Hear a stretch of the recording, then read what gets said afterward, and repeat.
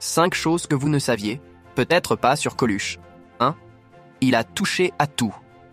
Avant d'embrasser définitivement sa carrière d'artiste et d'affoler les zygomatiques de France et de Navarre, Michel Colucci, alias Coluche, multiplie les petits boulots à Paris, sa ville natale.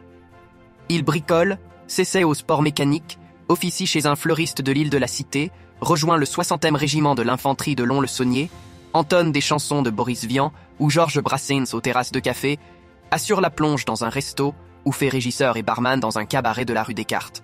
Le tout sans jamais perdre de vue ses rêves de scène. 2. Il a connu un sacré Pygmalion.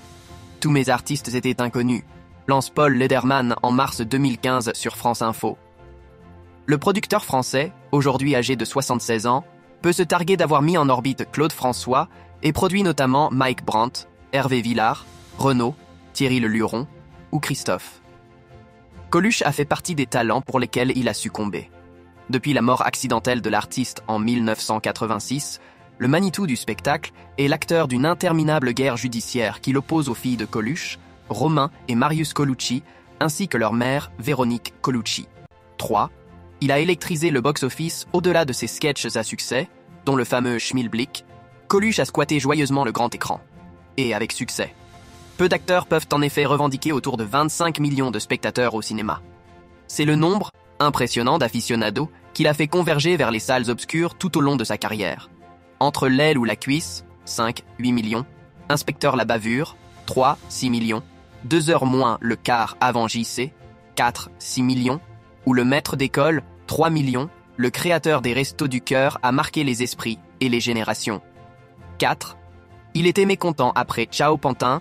En 1983, Claude Berry le dirige dans Ciao Pantin et lui offre un virage artistique à 180 degrés. Le titre de ce long métrage est d'ailleurs utilisé jusqu'à aujourd'hui pour qualifier un changement de registre radical chez un acteur. Longtemps cantonné au rire, le comédien, alors mal en point pendant le tournage, y brille sous les traits d'un pompiste de nuit dépressif et porté sur la bouteille.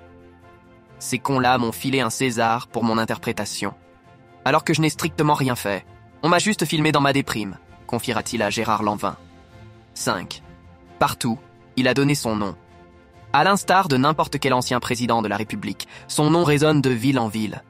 Outre la place Coluche, située à côté de la maison où il a vécu, près du parc Montsouris à Paris, une myriade d'établissements perpétue sa mémoire.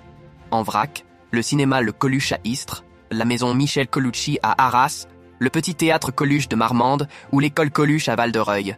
Ce n'est pas tout. Non content d'avoir une rose à son nom dont on peut humer le parfum au parc du Tabor, Rennes, 2 statues le représentent, l'une au Vigan, l'autre à Montrouge, place de la Libération.